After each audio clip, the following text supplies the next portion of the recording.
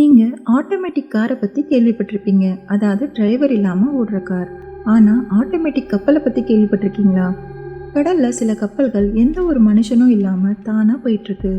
இது ஏதோ புது டெக்னாலஜின்னு நினைக்காதீங்க. இந்த கப்பல்கள் எல்லாம் முதல்ல மனுஷங்களோட தான் கடலில் இறங்கியிருக்கு.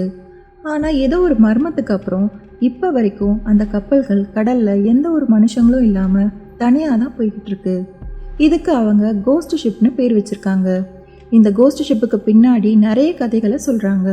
அது என்னன்னு நாம் இந்த வீடியோவில் பார்க்கலாம்.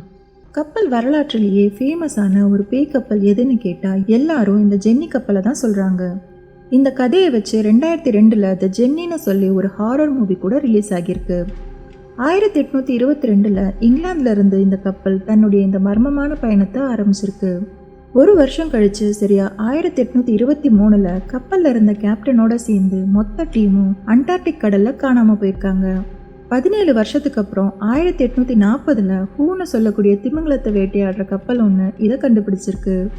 இதுல ஆச்சரியமான விஷயம் என்னன்னா, கப்பல்ல இருந்த எல்லாரும் பனியில சிக்கி கடுமையான குளிர்னாலேயே உறைஞ்சு இறந்து போயிருந்தாங்க.